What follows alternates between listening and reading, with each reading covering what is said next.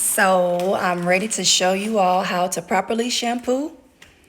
And Miss Cadence is dancing. She had to get her dance on before she got on the cabinet because she does not like to get her hair shampooed. So right here, we're getting comfortable. I cannot stand shampooing like this, but it is what it is, right? I really prefer my shampoo bowls at the salon because her head is heavy. So you saturate the hair all over the scalp, the hair, all the way to the ends of the hair during the first process. And I have her scoot up so she can relax her head because whew, that head is heavy. And just so I can shampoo it accurately, it's kind of hard to shampoo with one hand. So you get the shampoo and you emulsify the shampoo. I don't know if you've ever heard of that, but it's basically taking the shampoo and rubbing it between your hands until it gets soapy and sudsy. It keeps you from wasting product because when you put that shampoo straight on the hair, it does not sud and you keep adding more and more shampoo. So here I'm targeting the scalp, talking about how you use your fingertips to massage. And when people want their scalp scratched, or if you have dandruff issues or a buildup on the scalp that needs to be lifted from the scalp, you use the back of your fingernail, not the actual ends, what people think you scratch with, but you use the back of your nail to manipulate and get that buildup up off of the scalp. And also, it feels good to a lot of clients to get their scalp kind of exfoliated that way with your nails. So here I am just focusing in, like I said, on the scalp, and then I kind of let it go to the ends, not targeting or focusing so much on the ends. Rinse appropriately or properly, making sure everything is off of the scalp all the way from the hair to the ends. And I felt like a little buildup. Everything else is kind of squeaky and clean. So I just applied a little shampoo to the ends because I didn't feel any type of squeak. It still felt like it was product on the hair. And you can feel that. So pay attention to when you shampoo your hair. If you don't get that clean feeling all down your hair strand, make sure that you go back in and shampoo. But sometimes I can just do one shampoo with Cadence and be fine.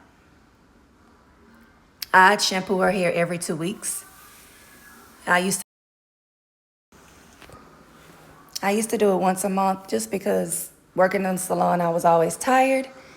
So I would do it then, but now that I'm home, it's definitely every 2 weeks. So I know we're talking about shampoo this week, but I'm also going to include the conditioning process because that's the next thing we're going to talk about.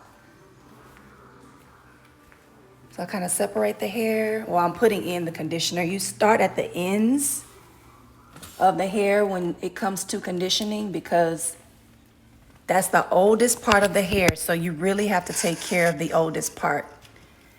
And then you move in toward the newer hair. Oh, I forgot to mention, you didn't see it though. My breath doesn't stink. This little girl, every time I shampoo her hair, she doesn't like the smell of gum. And I am an avid gum chewer. So she always kind of covers her face like my breath is funky. She gets on my nerves, but I don't know if you saw that earlier in the video. So we're going through, we're detangling. You take small sections. I don't care how fine the hair is or how thick. Definitely if it's medium to coarse and it's thick, high density, you take very small sections. Be patient with your hair. Work through it from ends to root, so from the bottom up. And it's easier to detangle that way.